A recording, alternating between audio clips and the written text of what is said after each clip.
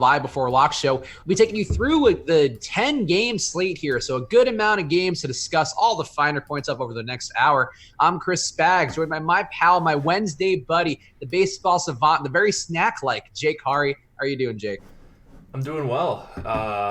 Just grinding down the last few days of baseball season. Let's see. Did I just make you go away there? I think you're frozen on my screen right now. I Let's see hope if I can not. pop you back Oh, up. There you yeah, I go. see my face now in the YouTube video frozen. There That's you go. fun. I can't even minimize you. Yeah, so I'm doing well.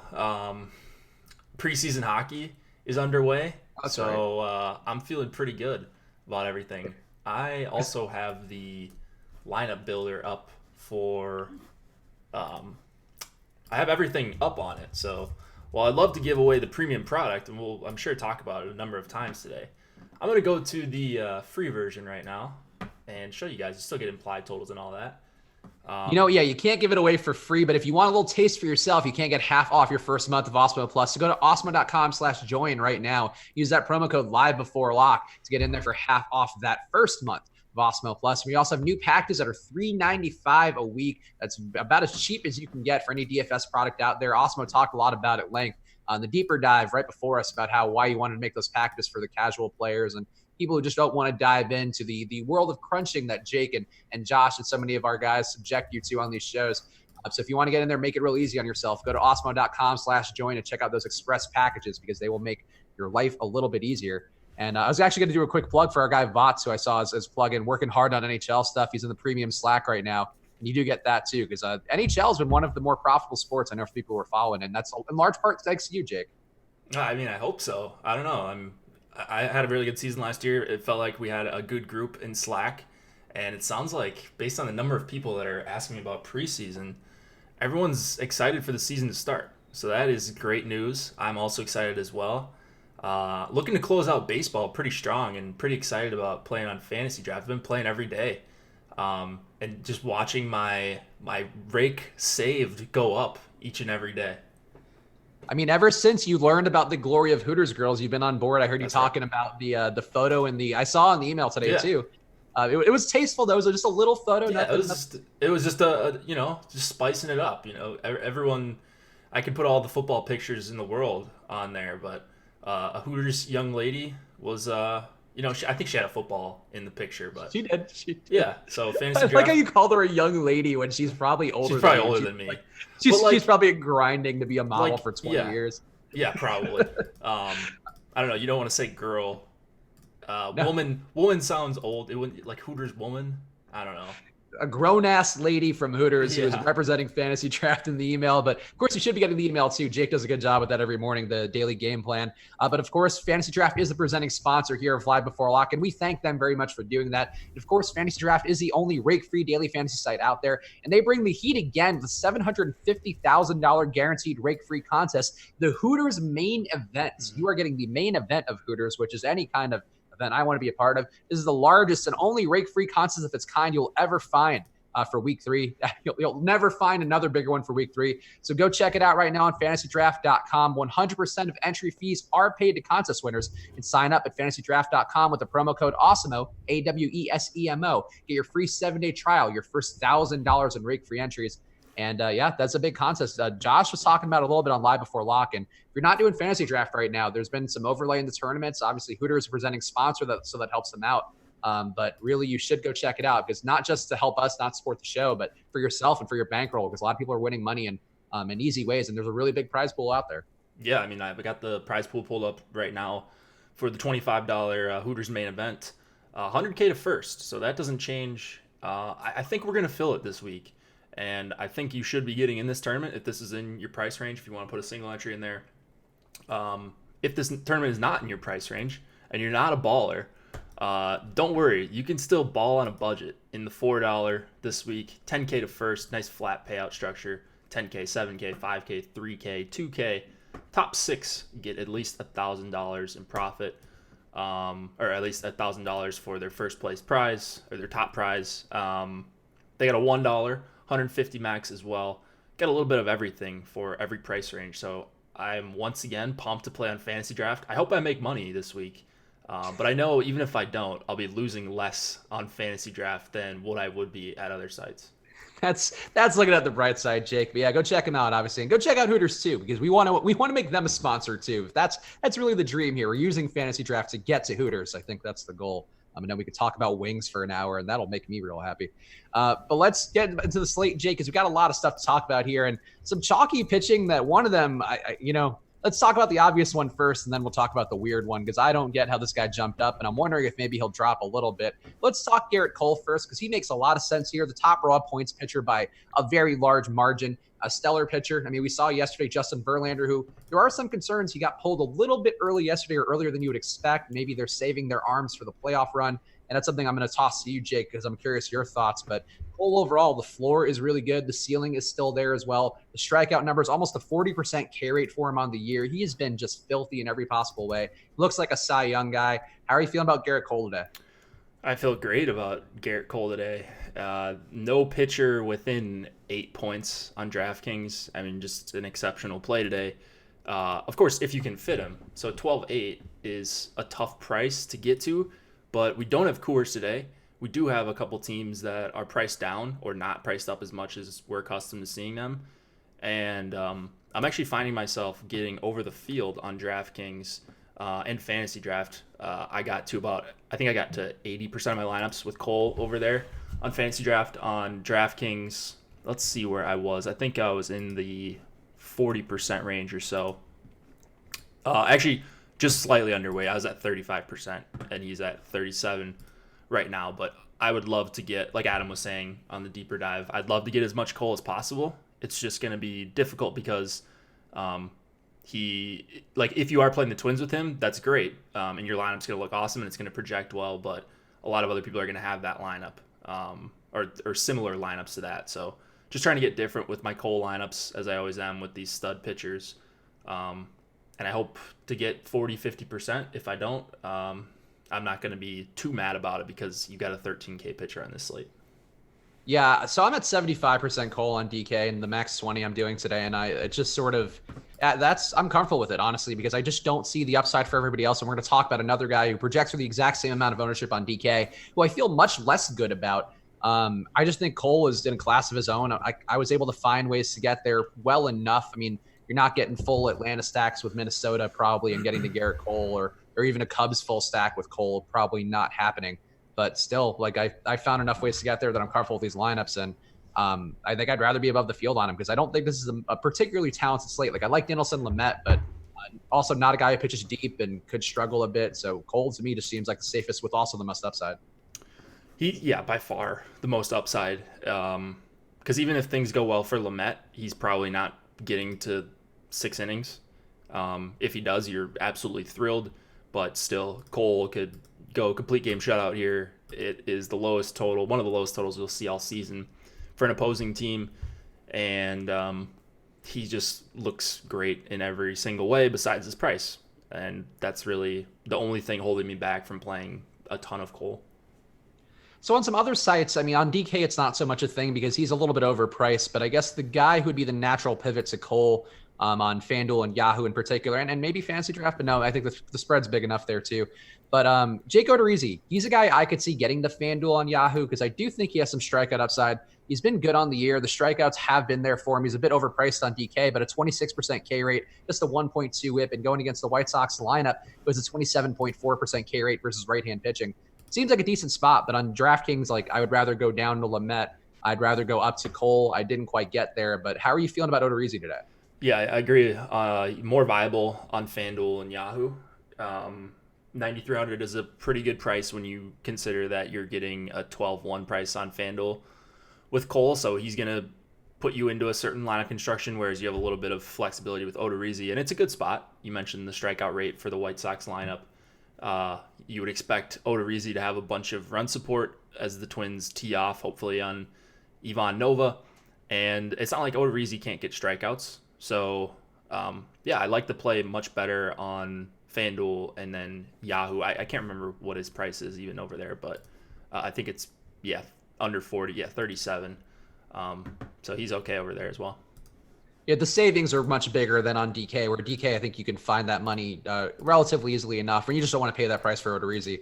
But yeah, I think he's still a great pitcher, or a good pitcher, and a guy who's really made some strides this year for the most part. And I think this matchup versus the White Sox is one that's been a good one, which Alex actually mentioned on the deeper dive is one that he likes to target because of the strikeouts that they have. I mean, they do have some power. They are a pretty strikeout heavy team.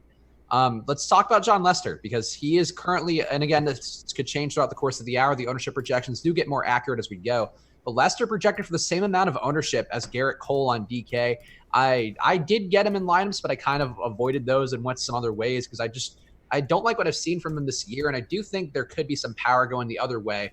How are you feeling about Shaun Lester and this ownership for him? Are you going to be with the field? I'm assuming you're going to be under.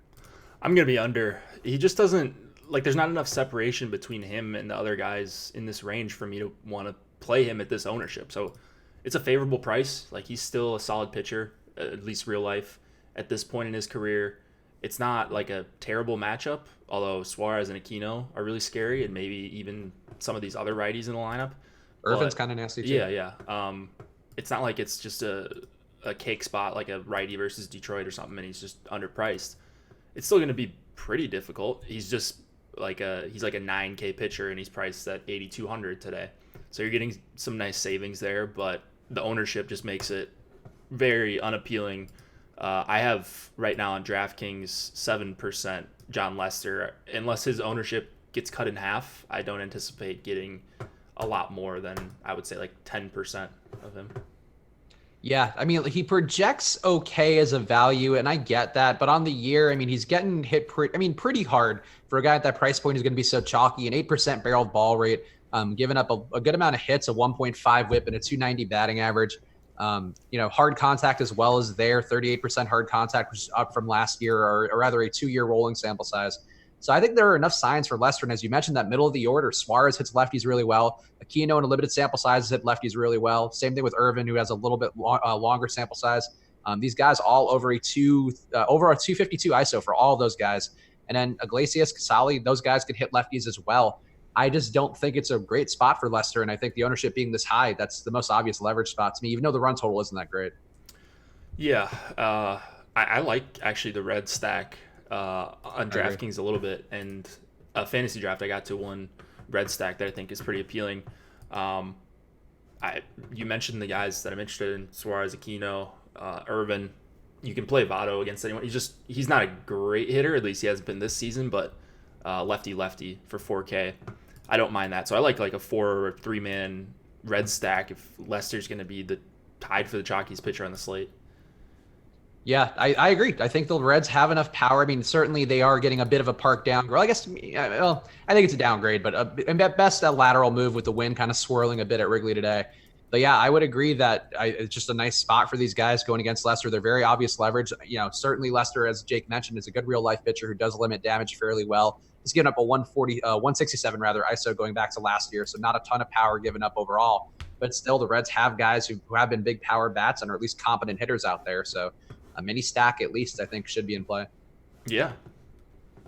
Also, the YouTube chat, I feel like we need to address this because there were some heels dug in about Mitch Keller yesterday, and he was a guy I thought was interesting too, and I don't think you guys really, I guess, so he did come off like a hill you wanted to die on, Josh in particular, but he had a perfectly fine day. Yeah, he was fine. He had a Mitch Keller day.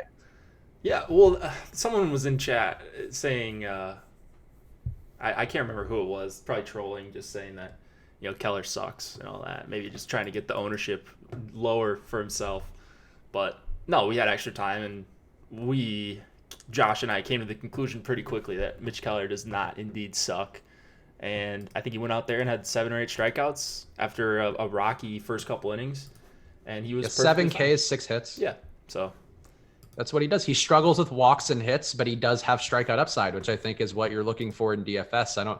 I know people like to do victory laps. We all enjoy our victory laps here, though we probably try to do them a little bit less on the show. But yeah, I would say that it's really not. I don't think there's a victory lap needed here for Mitch Keller. He did exactly what I thought he would. I thought he had the upside for 20 points. And granted, I wasn't the one who was like all about this, but I think it's sort of you chase guys who have big strikeout numbers, and Keller is a guy who's done that. We got another one. And we can talk about him right now if you want, but there's a guy similar, even more strikeout upside than a guy like Mitch Keller. Dinelson Lamet at 9,400, above 30% K rate. You don't often see those guys. with sustained 30+% K rates at this price. So he's inefficient. If he's even sort of efficient here, and he can get you 5 or maybe 5 1/3 or somewhere in there innings, then I think he's going to pay off this price tag, and he makes for an interesting pivot to Lester. You're paying up a little bit more to be contrarian, but he's less than a third of Lester's ownership right now. And I just think he's a really, really quality arm for DFS. Sure, it absolutely could go south. You still got some good Brewers hitters without Yelich in this lineup. But Lamet is my favorite guy, I think. He's the guy I prefer to get to if I can't spend up for Cole. Yeah, I think that's fair. And I agree with you completely. I mean, the strikeouts, as you mentioned, over a 30% K rate. He's faced almost 270 batters, which is still not the biggest sample size, but certainly getting close to one that actually has some real meaning to it. The swinging strike rate's been there. He's also limited hard contact fairly well. Just a 33% hard contact rate. Fly ball rate's not the worst either at 36%. So all the signifiers you would look for are there. The XFIP also in line with a 3.8 XFIP. And Milwaukee just not as good of a hitting team without Yelich in there. I think that's certainly not a brave statement at all. But I think it's a nice spot for him. He doesn't pitch terribly deep into games, which is one concern from a projection basis. And just going against the Brewers team, who has a lot of strikeouts in this lineup today, 7 guys over league average in strikeouts in that lineup. It could be a nice spot for Lamet, even if he doesn't go that deep. Yeah, exactly. So he's not priced up above 10K. So you don't need a fantastic, or you don't need him to be ultra efficient to pay off this price tag. I know they are worried about his pitch count or whatever, and they don't let him go super deep. But if he can get to that 5 inning, 7-8K mark, I'll take that all day on this slate where I'm not crazy about the mid-tier options. Yeah, and Milwaukee's certainly a team who's had the power, even without Yelich in there. They have a bunch of guys who have really big power, especially that top 5. But the bottom of the order there, once you get to Ben Gamel, it's pretty bad overall. These guys have strikeouts. They don't have a ton of power. Arcia and Hauser has been a pretty bad hitter as well. A 73% K rate for him, even though he'll only be in there likely for 1 or 2 at bats. Still a spot where it's really not, it's really not a terrifying spot for Lamet, even though it is a park downgrade. I think if you're going to get a park downgrade for Lamet, it's probably one of the better spots for him to actually get strikeout upside. Yep, I 100% agree. And someone just asked in Slack, did I like him on FanDuel? I'm not playing FanDuel tonight, but just looking at the price, 8K, you're getting huge savings off of Garrett Cole. I still do really, really like the spot for Lamet there, even though you're probably not getting the quality start. That's the one negative about him on FanDuel. Yeah, that makes sense. Let's see. So the ownership, one guy who also is in the same tier of ownership on DraftKings, and we should hit on because he is sort of the pay down option du jour, has been looking chalky all day, has kind of come down a bit in ownership, but still at a relatively, I would say, unreasonable rate. Hauser on the other side here, getting a 3.5 implied run total against him. He's had good strikeout stuff, the 25% K rate on the year, but probably not going to pitch too deep into the game, so he's going to have to work efficiently, and that's not something he's been great at. How are you feeling about Hauser? Because he is one of my preferred pay down options, and we'll talk about the other one who YouTube is requesting after this. Yeah, okay. Now I know who you're talking about, the other guy. But Hauser has been kind of an Awesemo subscriber favorite and staff favorite, I think. Right away, Alex was right on top of it. Good strikeout arm. I think he's around 25% K rate for the season. The Padres do strike out a lot versus righties. They have a more lefty-heavy lineup than what we saw maybe like a month ago. But you're looking for like 4 innings out of Hauser and about that many strikeouts. This is another one where on FanDuel you're not going to get the quality start, so I don't think I'd recommend playing him over there. But yeah, he's just way too cheap for the talent that he has and the matchup. And if he somehow gets you to 5, I mean, you're just going to be in a really, really awesome spot on a Garrett Cole slate. So a lot of my Hauser lineups will be with Cole, and I know that's going to be a popular pairing, but that's where I'm at. He's right now my second highest exposed pitcher. Yeah, I mean, it makes sense. On a projection basis, he certainly looks pretty good, one of the better value guys overall. And again, the strikeout number that Jake mentioned, 25% K rate, a 3.7 xFIP, those are both solid numbers. I think the one thing that gives me a bit of pause is his lefty splits, giving up a 1.6 whip and a 187 ISO to lefties. And we do have not the best lefties in the Padres lineup, but they are putting out a good amount of lefties in a park that helps out lefty power. So that's one thought I think that you could justify a little bit of San Diego exposure for mini stacks or one-offs. Like I ended up with some Josh Naylor, a little bit of Machado and Hosmer, even though Machado is not a lefty. I don't mind Hauser, and I'm certainly am, with the field. Actually, I think I'm a little bit above the field on him right now. But I do think with him kind of having some lefty splits and also just being this chalky, I think same thing as Lester. I don't mind going a little bit the other way. With who? Naylor came up for me a bit in the 2-hole. I think he projects okay enough, and Hosmer as well. But yeah, I mean, you have a couple guys. You have Mejia's got decent power as a switch hitter, 211 ISO versus righties. Like I think you have some guys you can go to here if you wanted to get a little weird with it. Yeah. I didn't get to. Let's see. I don't think I got to any Padres bats.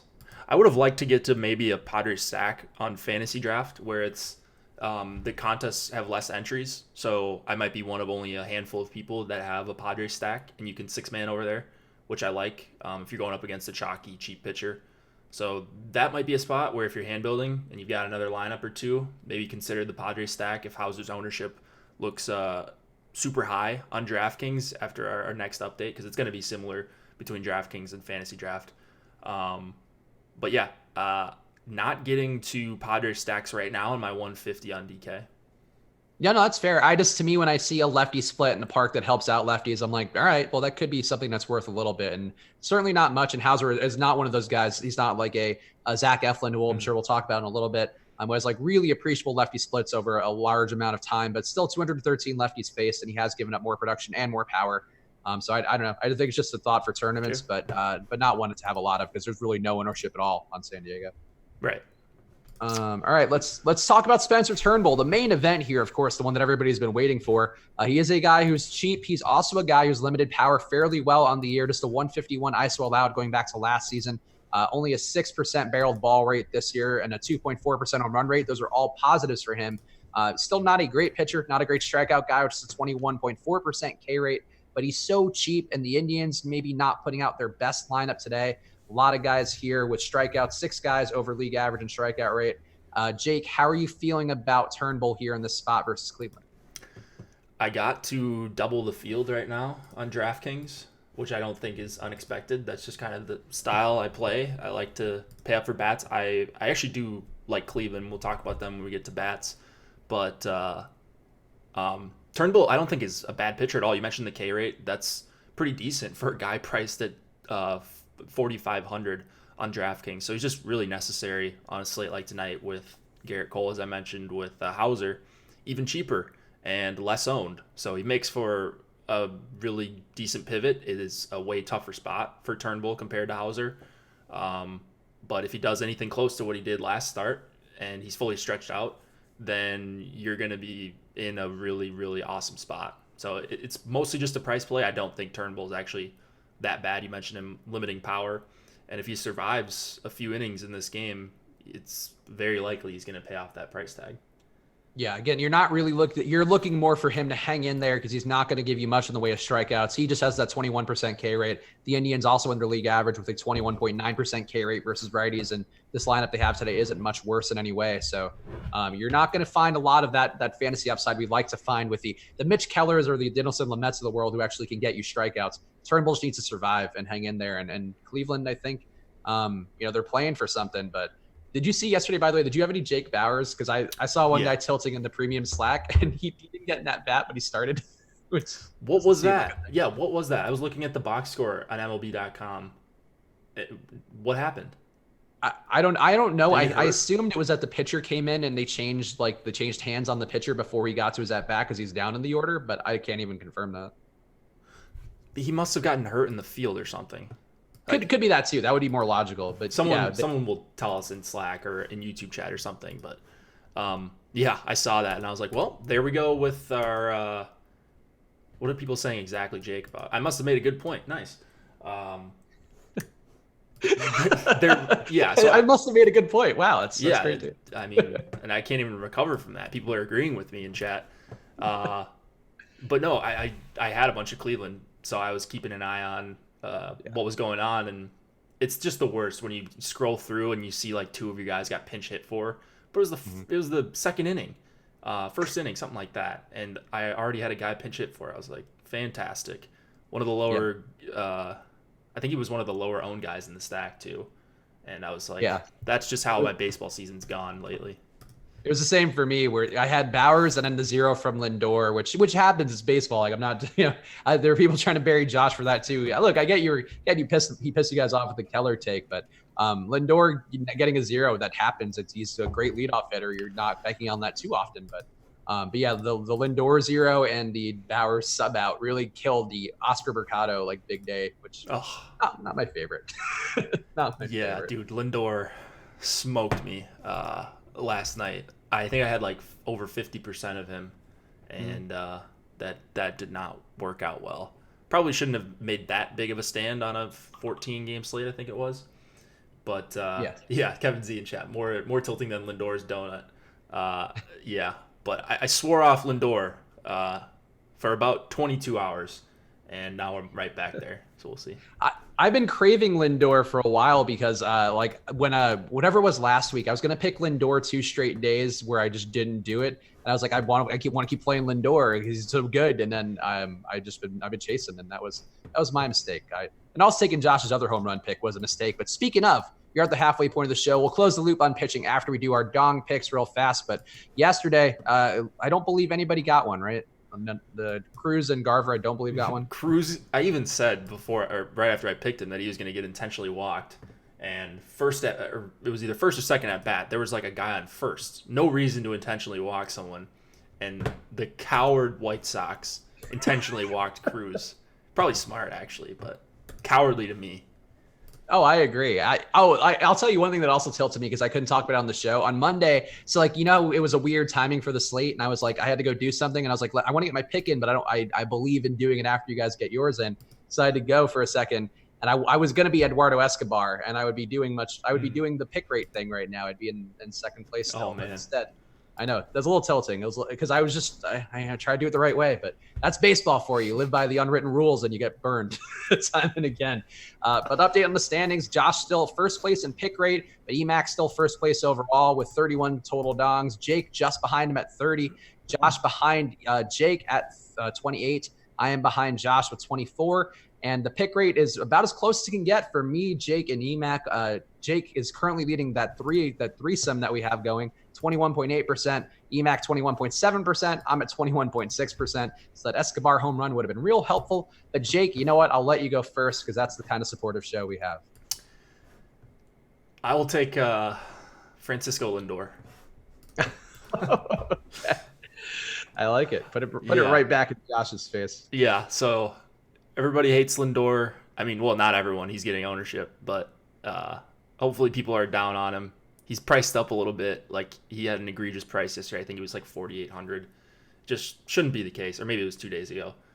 Now priced up to 53, coming off a dud. It's going to be a nice leadoff homer. He'll probably add one later in the game as well, and I'll pass Emac. All right. I'm gonna go. I'm gonna get a little weird with it, even though this feels flimsy. But I'm gonna go to. You know what? I'll stick with the guy I had in my video. I'm gonna go to Chris Taylor. I was gonna go to AJ Pollock, but the power that McKay gives up, giving up a healthy 268 ISO on the year to righties, and they are leading off with a couple of decent hitting righties. And I think Pollock and Taylor are both good, but I have more Taylor, so I'll go Chris Taylor. Chris Taylor, yeah, he was the guy I was getting a bunch on both DK and Fantasydraft. I like the pick. Nice price. And we'll see if Emac, and I'm sure Emac will be chiming in shortly, and Josh perhaps not. Josh perhaps terrified of making another pick after inflaming the YouTube comments with his picks yesterday. People, it's just, I don't like, these are just fun shows. Just we try our best to make really good points, and sometimes you dig your heels in. Sometimes. Emac's got Freddie Freeman. Oh, that's okay. That's a good one. That hurts too if he gets it today. That's a great one, actually. Freddie Freeman, 4,900 against Eflin. Pretty jealous of the pick. He has gotten touted out the ass, though. I feel like I got like 5 different DK live alerts today being like, Freddie Freeman, player of the day. Like, all right, I believe that too, but maybe a little too much love for Freddie Freeman out there. There's never too much love for Freddie Freeman out there. Let's see, where's he at on ownership right now? I can't seem to find Freddie. Let me do a Control F. Freddie is at 16%. He's at the top of my sheet. There we go. Yeah, 16. That's not bad. Yeah, I mean, going against Eflin giving up a 229 ISO. So let's close the loop on pitching. Eflin, Sure. not a guy I would want to play. I presume the same for you. Yeah, off of Eflin. No thanks. And I do have some Tehran on the other side because I know Philly's been hitting a little bit hotter, but it's not the hottest day in Atlanta. Tehran, I think, has some decent strikeout ability. A 21.7% K rate, but overall he grades out decently in terms of strikeout potential for me in this spot. But no Tehran for you, or No. a little bit perhaps? No, I'm out on Tehran. I'd rather go to Lester, even with the ownership. I think I'd rather just punt, honestly. Just want to mention a couple other guys that I got to with some regularity. Bundy. Yeah, Bundy I got to a little bit. Double digits right now. On DK, it's whatever. It's not a fantastic strikeout matchup. It's actually a pretty tough power matchup as well for a guy who really, really struggles with power. And then wanted to mention just another price play, Agrizal. This guy he's bad, but I am at about 17.3% of Agrizal right now in DK. A lot of that's going to be with Garrett Cole. So he's just a means to get to bats plus Garrett Cole. And that's really all it is. We talked about Lester. Did you get to any Savali? I got to 2%. I did not because of his price. I found the money to go to Lamet or I would go cheaper to Lester, but I get it. I mean, it's a decent spot for him. But I think Alex made a decent point about him where he just doesn't get strikeouts, and the money line could kind of be driving reason people would be into him more. But yeah, it's not a bad idea though because he does pitch deep into games, and against that team, he could just kind of stay in there and just not give up the big plays. Yeah, I mean, absolutely. I think Savali's solid, but 9,100 is a really difficult price to play when there's a guy in that same range, $300 more that I like in Lamet. Yeah, I mean, to Savali's credit, just a 1.1 whip allowed with a 126 ISO, but the 4.6 xFIP he's allowed could be a sign that there are some more things to come that are not the best, but also a low barrel ball rate. So, I mean, it does seem like he's limiting power well enough. And then you have this Tigers lineup who has nobody over a 97 WRC plus versus righties. So that's about as good of a spot as you can get, even though they are not getting perhaps the same love that a pitcher going against Miami gets. Detroit's been just about as bad in a variety of ways. Oh, yeah. All right, let's talk about the hitting. And of course, by the way, go support Fantasy Draft right now. Go check them out at fantasydraft.com because they are sponsoring the show. And they are the official home of Rake Free Daily Fantasy. We'll spare you the full read until later on, but just go check it out. Go sign up over there. Play some baseball like Jake is playing, or play that big Hooters contest, which is the largest guaranteed Rake Free prize pool you will find out there. Let's go check them out at fantasydraft.com and use that promo code AWESOMO your 7-day trial. And also go to awesemo.com/join and use the promo code live before lock for half off your first month of Awesemo Plus. You can also check out the weekly packages there. $3.95 a week will get you an express package. That's a much simpler way of building lineups if you're like a max 3 entry or a single entry guy. Even if you want to do the 20s, if you follow your heart, but it's a little simpler for people out there who don't want to invest the crunching and all the algorithmic type things that go along with that process. Let's go check that out at awesemo.com/join. All right, real quick. We just got an ownership update like 15 minutes ago that I didn't notice. So some of the ownerships we were citing were inaccurate. There are now 2 pitchers that came up a substantial amount, actually. They were already high up there, but Garrett Cole and Hauser both took a jump up. Lester, like I said, his ownership got essentially cut in half. So he's around 20% right now. No one else doing Daniel Palka took a leap. Yeah, Palka took a leap. He's just 2K. I mean, whatever. That guy couldn't hit water falling off a boat this season. Turnbull jumped up just a little bit, but everything else is pretty normal. Just want to mention those guys. I'm probably going to get a little bit less of both Hauser and Cole than I thought I was going to. We'll see on the final update if we do get another one. Yeah, that is a pretty big difference there. And now Hauser is a little bit closer to where he was earlier in the day, and that's sort of what I think we would have expected. And the Lester ownership does seem more reasonable now, but still, I think a guy with that much ownership, still a guy I think worth having some Cincinnati exposure. But we can talk about them. Jake, top stack, who's going to be your number 1 overall? Looking right now like it's going to be Cleveland. I'm a little bit, flatter across the board, but a lot of Cleveland hitters really, really popping up for me, and that's without even factoring in leverage and just factoring in ownership and projection and correlation and all of that. But I really, really do like Cleveland. I mentioned I'm overweight on Turnbull, so this is going to be a massive game for me. I hope it swings in a big way, one way or the other. Cleveland gets either completely shut down or they blow up Turnbull and I knock out a good chunk of the field there. Just a bunch of good hitters. I think 1 through 4 is incredible for Cleveland, and they're not even expensive.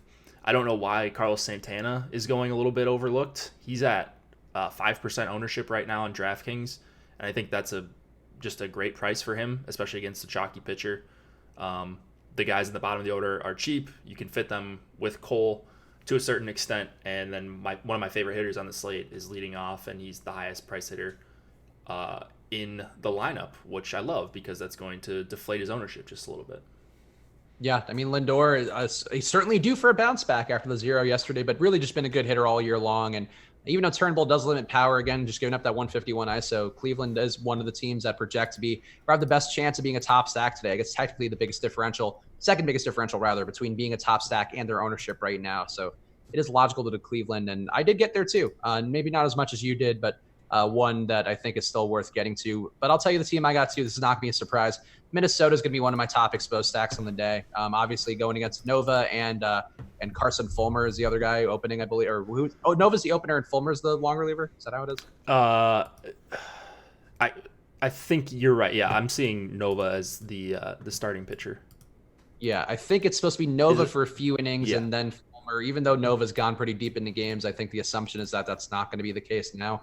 But yeah, Minnesota, I think, just looks good in that spot regardless. The bullpen for the White Sox is bad regardless of who's in there. And Nova, even though he's been a little better than people may realize, not Edwin Jackson's tier, even though I think we have kind of mentally filed him in that tier. Just a 5x FIP and a 190 ISO allowed overall over the last 2 seasons, which is not that bad, really, all things considered. But Minnesota, high run total. They have prices that are not the worst in the world. And I just don't see how you avoid them on this slate where there's no cores and really no elite hitting spot. How are you feeling about Minnesota? Because they are going to be chalky and perhaps a bit overowned. Yeah, a bit overowned, but nothing too concerning. First of all, it's a good team. They've got a great chance of being the top stack. And then they're just too good of values. So, overowned is one thing by a little bit, but also, like, when you also have a great chance of being the top stack, don't just look at the teams in the top stack tool and completely write them off, is what I'm trying to say, if they're a little bit overowned. Because this team we know they're awesome, and they're going up against a pitcher that's going to let them put a ton of balls in play, and they are putting out their A-plus lineup. I mean, they look fantastic to me. So I usually don't get to a lot of Twins for whatever reason, but today I'm getting to at least the field on, I would say, almost all of their hitters on DraftKings. So there's not like a massive edge in playing them, like I think there is potentially with Cleveland. But I do really, really love the Twins. 6.8 implied total is just massive. I think that's the highest total on the slate for Alex. It seems like ownership-wise, the edge is going to the Sano and Downs here because the ownership does drop off a cliff after that top 4 on DK, besides Astudillo, who is not a big power bat. So I think if you were to maybe avoid Astudillo and go to one of Sano, Cave, Scope, or Castro, I think that could be a move here to kind of differentiate a bit. But the top 4 is going to be owned. It's going to be really owned hard. So find ways to differentiate within your stack if you are going to Minnesota, and that's sort of what I tried to do. Yeah, I will be, of course, trying to be different. It's a 10-game slate. There's a ton of different options, so it's not too difficult to get unique with your stack by playing one of the guys lower in the order or a couple of those guys, because it's not like Scope and Sano and Castro don't have power too. These guys can all hit home runs. Astudillo never strikes out. I mean, he's incredible for DFS if you're playing a stack, because he's just always either going to move the runner along or like usually never strike out. I wonder if you could get a prop on Astudillo striking out versus Nova. Like, what would the odds be on that? Because it's got to go to the most degenerate online casino in the world. Yeah, like, will Astudillo strike out in this game? Like, it has to be minus 10,000. No, maybe not that, because he could face the reliever. But like, if you could somehow do that against Nova, the chances are minuscule. Yeah, that's probably not a great shot of Nova being the one to break the seal, so to speak, with him. But I mean, I'm not seeing any sort of props. That's like a little too specific, but I feel like that's sort of the ideal future betting thing is where you could set that line yourself somehow or have it automatically set it for you and you can make that bet if you want to. Yeah, I think that will be kind of, it'll be at least like a niche game of betting. Like you can set it between friends and then there's like a third party that like hosts your bet. They probably already have that. But yeah, it would be a pretty cool thing to see what kind of odds you would get on the guy who never strikes out versus a pitcher who doesn't strike guys out. Yeah, I would agree. I think it's an interesting thought, and I would agree. Be curious to know Vegas's thoughts on pretty much everything you could conjure up in your brain. Unfortunately, we don't have that at our fingertips. But Alex did put out one little bet. If you want to check out the @OsmoMLB Twitter handle, he did put out one little strikeout prop that he found interesting. So if you want to check that out, go check it out on there. And actually, while you're going there, check out our giveaway we're doing on the @Osmo_com Twitter handle because there's a pinned tweet right there giving away a free copy of NBA 2K. All you have to do is reply, retweet, do the usual thing, but just about the game. It's not about anything DFS-wise. Just tell us who you think is the most overrated or underrated player. I forget what it was. But go check out the pinned tweet. It'll tell you. But go support them and get 2K. I would like – are we just giving away free 2K copies? Because I would take one if that's the move. Yeah, I believe it is. So I liked it and retweeted it because I'm, of course, a company man, as they say. But yeah, when we do these giveaways, there's no real downside. Like nobody cares if you respond to our tweet. So just do it, and you might have a chance to win some prizes. So why not? Yeah, NBA 2K20. I mean, the 2K series, my favorite sports recurring series, the only one I'll buy every year at this point. And it's a fun game. Go check it out. Go check out the tweet. All right, let's talk about another stack here. Let's keep it moving a bit. Atlanta's another one that I have a decent amount of here. Going against Zach Eflin. Talked a little bit about his lefty splits earlier. Get up a 1.5 whip and a 5.2 xFIP to lefties, as well as a 229 ISO. Now he's in Atlanta. Not the hottest day in Atlanta, so that's maybe a bit of a ding, but not really because you have so many decent hitting lefties here. I think there's also some BVP stuff for Josh Donaldson versus Zach Eflin, but I'm making a jerk off motion in case that's unclear. But I still don't think it's a bad Atlanta stack at all. How do you feel about Atlanta here going against Eflin? I really like Atlanta. They're in that upper tier for me with the Twins, with Cleveland, and a couple other teams. So they're easily top 5 for me right now. Something would have to drastically change with ownership or their projection. I don't really see that happening before lock. I got to a bunch of them on Fantasydraft. I know I got to like 3 or 4 out of my 30 lineups that I have over there. So I just think it's a really awesome spot against Eflin, bunch of lefties in this lineup. Freeman, Emacs pick, I hate to say it, one of the best picks he could have had to hit a home run tonight. He's also underpriced. Stacking up Markakis, Joyce, McCann is very easy to do on DraftKings. Another team that you could fit in with Garrett Cole, and if you punt your SP2. So they'll be a little bit popular of a lineup construction. Some of these guys getting some attention in GPPs, but I think they're another team that's tough to avoid, kind of like Minnesota. Yeah, I think that's fair. I agree with the potential here. The ownership isn't too crazy outside of Acuna and Freeman.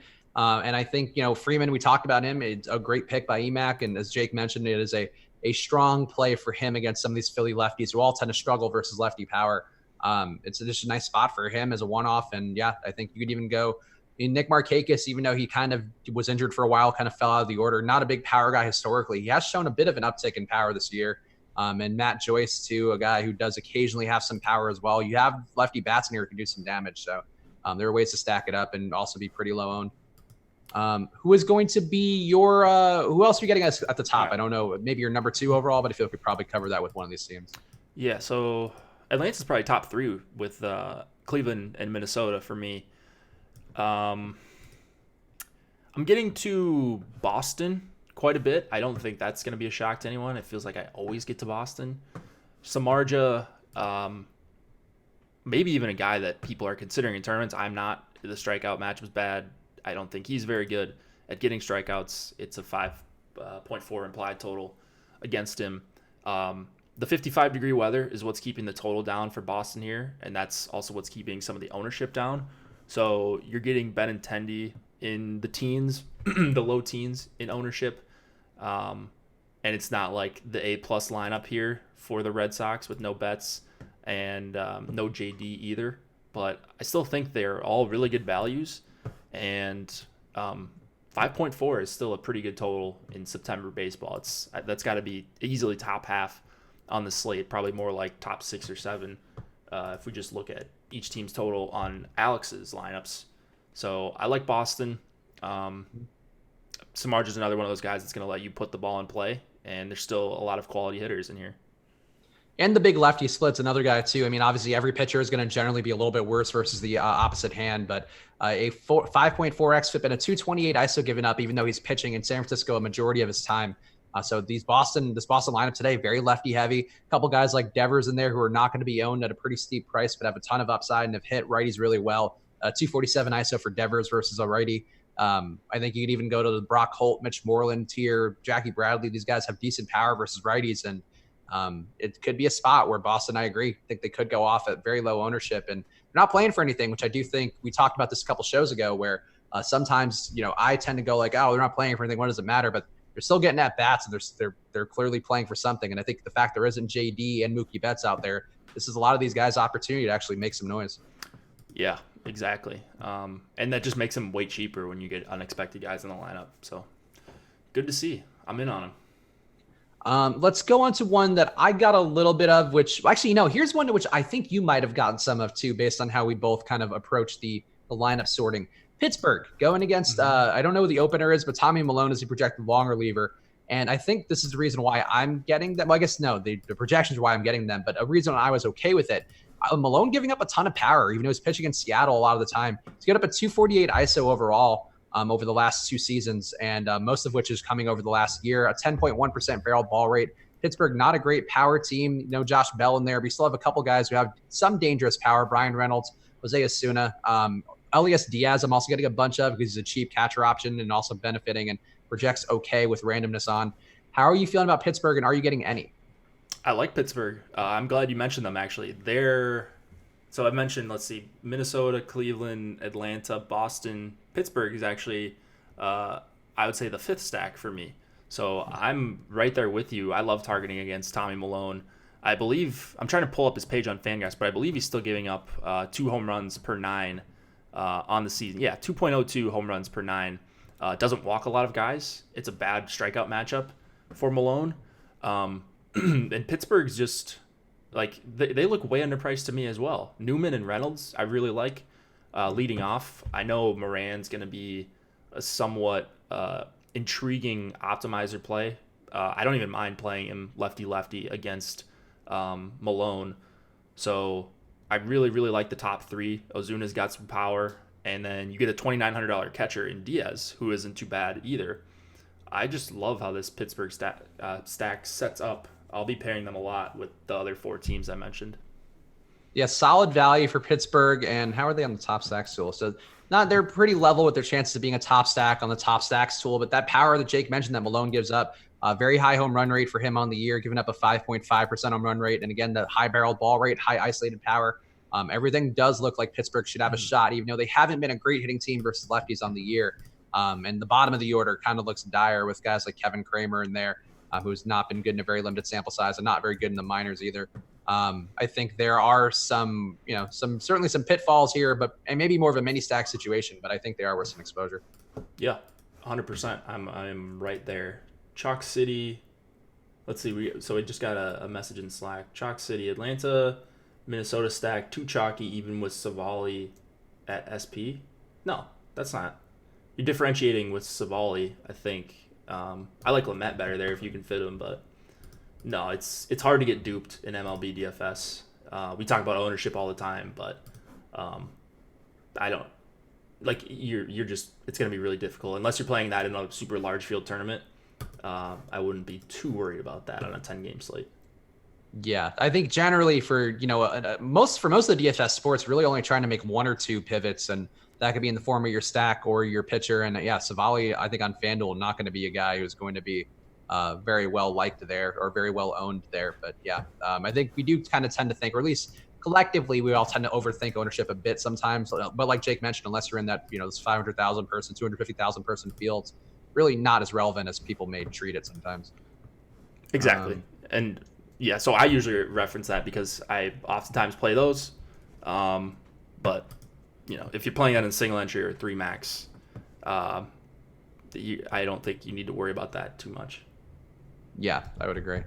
Let's see. Oh, how about Baltimore? Because they are also a team with the 4.9 implied total here, and they are going against Clay Buchholz, a guy who's been hit really hard on the year. This is a 13% K rate, along with a 5.2 xFIP and a 12.3% barrel ball rate, which is one of the higher ones. Actually, might be the highest on today's slate.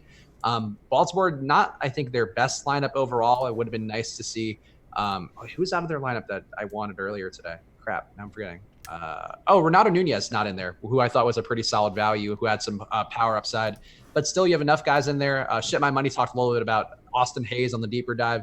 One of their top prospects who's in there now. Not a great power guy thus far, but still does project to have a little more hitting ability. How are you feeling about Baltimore? Because I think they could actually do some damage here if Buchholz is the Buchholz we've seen this year. Yeah, I would like to get to some Baltimore. I'm just getting to more Pittsburgh in that range. I love VR almost always at 4,700 when he's in Baltimore and against Buchholz, who is not great, as we know. Mancini is a good power bat. I agree. I would have liked Nunez in there. They're very cheap, but I just like other teams better. It's nothing against Baltimore here. I think it's a fine stack. They're another one that you could fit with Cole, and you might not even have to punt all that hard with your second pitcher. So there's definitely reasons to play Baltimore, but I just found better lineups with teams like Pittsburgh and the other teams that I mentioned, Atlanta as well. Yeah, no, that's fair. I think the Baltimore lineups I had in there on a projection basis not quite as great, but still, I think, it's worth some exposure given how bad Buchholz looks and has looked rather. Though going back to last year, he was a better pitcher, even though still not good, still not a great strikeout guy. He was definitely limiting damage much better and could just be done. I mean, that also happens for some guys. How about Toronto on the other side? Because we did just have Kevin Biggio go nuts, hit for the cycle yesterday, a slate-breaking 50 fantasy points, which was helpful because I actually had him yesterday. Thank Jesus. That helped bail out some dog shit lineups. But Jake, how are you feeling about Toronto here and their follow-up back? You did mention you're going to have Bundy, so you going to have any leverage going against them? I'm really not. They're similar to Baltimore. They're not a good team, but I think I'd rather stack up Toronto if I had to choose one, like in a single entry lineup. I just really like Grichuk. I like Bichette, of course, leading off. Biggio coming off the massive game. They've got a good top four here for sure, but they are getting a little bit too much ownership for my liking as a whole. I think they're going to be another team that's a little bit popular with Garrett Cole. So the slate honestly just revolves around Cole and what he allows you to do if you do play him, because a 40% owned pitcher at 13K, that's why I keep referring to him. I do like those hitters that I mentioned, but I'm not getting to very many Toronto stacks. That's fair. I think Reese McGuire jumped out as a catcher option. He's kind of appealing. He's had pretty big power versus righties and a somewhat limited sample size, 85 at bats, but he's at a 275 ISO and a 161 WRC plus. So he's not striking out very much. But Bundy, to me, I think he has kind of turned a corner this year. He hasn't had as good, a little bit worse than strikeout stuff, but he's not getting banged around quite as much. And just a 6% barrel ball rate. Hard contact is down a little bit as well, down to 31.6%. So showing some signs of maturing as a pitcher, even though the strikeout upside, not the best. Toronto's scary though, man. They have so much power in that lineup now. They do. Top four. I mean, can you imagine this team, what it's going to be like in 3 or 4 years if these guys all stick together? They're going to be so good. At least the hitting. We'll see if they can get the pitching together. But man, they look like they're going to be a solid team.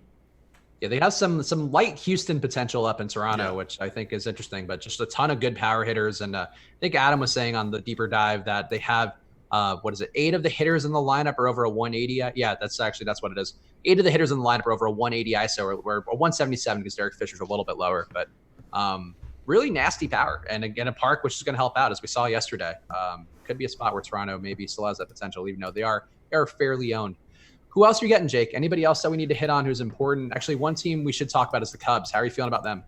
They're on the fringe for me for the top 5. So you're actually just hitting on all the teams that I'm getting to today. I know it's that's like a connection we built up over a year of doing this. I know, it's crazy. So I actually think Tyler Mahle is a very good pitcher, but it is a pretty favorable spot for the Cubs here. It is a good spot for Schwarber and Zobrist, and then just the righties are difficult too. Castellanos, Bryant, Contreras, I always mention for the Cubs, just looks like a way better lineup with Castellanos in there.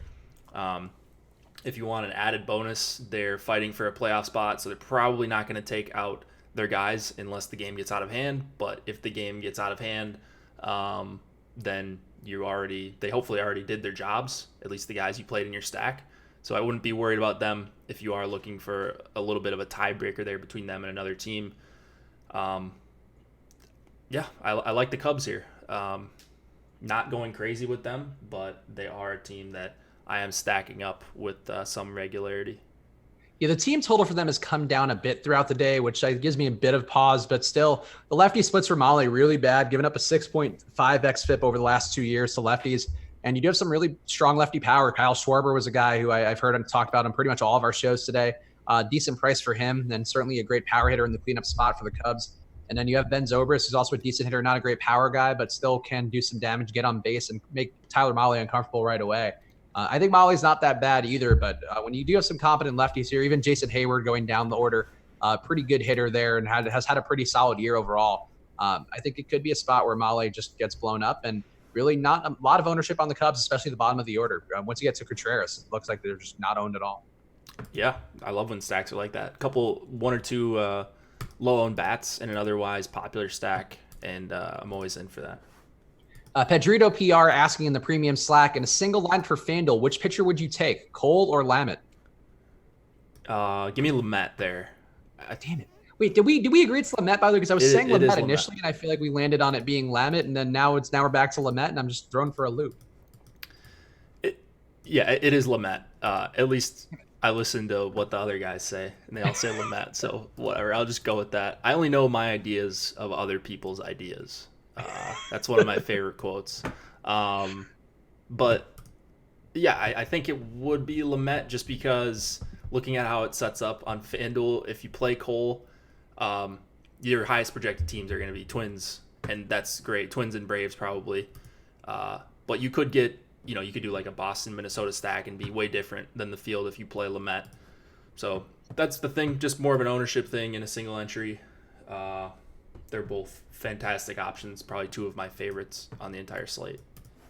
Yeah, and I think going to Lamet would open up one team which we should hit on, who I don't have much of either, and I think based on what you said, maybe you don't, but on the top stacks tool, they do have the best chance, still the best chance of being a top stack as well as the biggest differential. Houston against Colby Allard. So I think for that lineup for Pedrito PR, that could be a move there to open them up because they're not going to be too owned. How are you feeling about Houston? Because we haven't hit on them, and they kind of are going under the radar, maybe because Colby Allard has limited power but still could be a spot where they get going. That's a great call. That's kind of my FOMO team of the night. 6.2 implied total on Alex's projections here. Against Colby Allard, I mean, this team hits righties incredibly well. They hit lefties incredibly well. Stacked lineup tonight, per usual, for the Astros. They're not even that expensive, but they are just a little bit too expensive for me. So I'm missing out on getting to a ton of Stros. And I'm not even playing like that much Cole, like I said. So I wonder what's going on there. But they're a team that I'm getting to a bunch of their guys at like 6 and 7% ownership. They're going to be stacked. I'm going to get them a little bit as many stacks, but definitely a team I'm worried that I'm missing out on tonight. Yeah, some tough price points for those guys, but as you mentioned, they just are a really quality hitting team on the year versus lefties. They have a 224 ISO and an 18% K rate and a 131 WRC plus, and that's just like their team averages. They've been murdering lefties and righties, but I should have more Houston. I think I have more one-offs and mini stacks than full stacks because the prices are tough. But if you can get there, if you can find a way to get there, if you're comfortable going with some sort of Turnbull Lamet combo perhaps on two pitcher sites, you can definitely get to Houston, and they have the upside to break the slate again. And also a bad bullpen behind Allard, which certainly doesn't hurt. Yeah, exactly. Anytime you're fading Houston against a not great lefty, that's never going to leave a great taste in your mouth if it goes off. But I'm just hoping one of these other teams can at least match them if they do Houston things tonight. Yeah, Houston things, which is just consistently being the best hitting team, even though everyone. Yeah, I feel like as a stack, maybe we sleep on them a little too much because you kind of take for granted what they do, and they're priced appropriately for the most part. But on any given night, they can, especially on a 10-game slate or any shorter ones, the 8-game, 7-gamers, they can break a slate very easily. Yeah. Anybody else you're getting here who we haven't hit on? The Dodgers, I'm getting some of, and I kind of had to force my way there because they don't occur naturally. But I do think that righty power that McKay gives up could be interesting against these Dodgers righties who are not bad but don't get the same respect as the lefties. Are you getting any Dodgers or anybody else weird? I got to some Dodgers, not on DraftKings, but on Fantasydraft. I did. Taylor has a really good price over there, just double what DraftKings is at, 7,400. I did get to a few Dodgers stacks over there. McKay's a guy that you respect. He's already been a pretty solid pitcher. But this game is probably the one I have the least interest in, the least exposure all the way around. So not getting, like, I don't see really any Dodgers in my lineups on DK. A few Pollock shares, a few Chris Taylor shares. But as far as a game that looks stackable on either side, not really one I'm interested in. You know, David Freeze's, I mean, we're done. We're locked now. David Freeze's numbers for the year. You want to give a guess as to his isolated power on the year against both sides of the plate? Is it good? Has he had a good year? I don't even know. He apparently has been Mike Trout this year. Oh, what does he have, like a 230 ISO? 294 ISO, 161 Wow. WRC plus, and a 364 BABIP along with a 307 batting average. And a 400 OBP. Wow. How many plate appearances does he have? That I don't have in front of me, unfortunately. It could be like 10. It's I don't think the numbers would work out if it were 10. But yeah, no, he's played a bunch of games. He's played a bunch of games. 6% home run rate for him too. He's kind of like, to me, the Howie Kendrick, where it's like you kind of file him away as in part of your brain, and he's doing something different now for the most part, and it's just bizarre. But those numbers are insane. He got the same WRC plus on the year as Cody Bellinger. Yeah, so it's a little bit of a small sample, and he's done a lot of pinch hitting, so that could be maybe he's just getting in favorable spots versus lefties. They bring him in for an at-bat. But yeah, he's definitely not been bad for a replacement player on one of the best teams in the MLB. You mentioned Howie Kendrick. I mean, that guy is just good, and he doesn't play. I don't know what's going on there. Well, Josh thinks he sucks, which we had a debate about on one of our Live Before Lock shows. I'm like, I don't think he sucks. I feel like, I get, he maybe had a few down years, but I think guys could turn it around or, hit the old Minnesota Twins PED cabinet, see how it goes. Yeah, just hit up Jorge Polanco and Michael Pineda, and you're I forget Pineda. We have not talked about that, but he did. We talked about Minnesota being the PED team of the year, and Pineda might have gotten that through. Oh man, that's funny. He's smuggling it from the DR. Who knows? Who knows? All right. Thanks, guys, for watching. Hit the like button before you go, please. It helps us. And obviously, as the dying days of MLB are going on, we are here for you guys. And we do appreciate the sport more now than ever. So, positive vibes, whatever. Like, I think the YouTube chat seems to think we want people to agree with us. That's very much not the case. But, just state your points and come with an argument. Don't just be mad for no reason. That's generally a good life philosophy, I would say. But also, thank you to Fantasy Draft. They are the official home of Rake Free Daily Fantasy. So go check them out at fantasydraft.com. Use that promo code AWESEMO, AWESEMO. For your first free 7-day trial, your first $1,000 in entries will be completely rake free with no membership fees or anything tied to them. So go check out fantasydraft.com right now. Go enter that Hooters big tournament there. Support Hooters, support Fantasy Draft, support the show because that's what the show is all about. We're about drafting fantasies and Hooters collectively. Jake, any parting words? Anything you got coming up?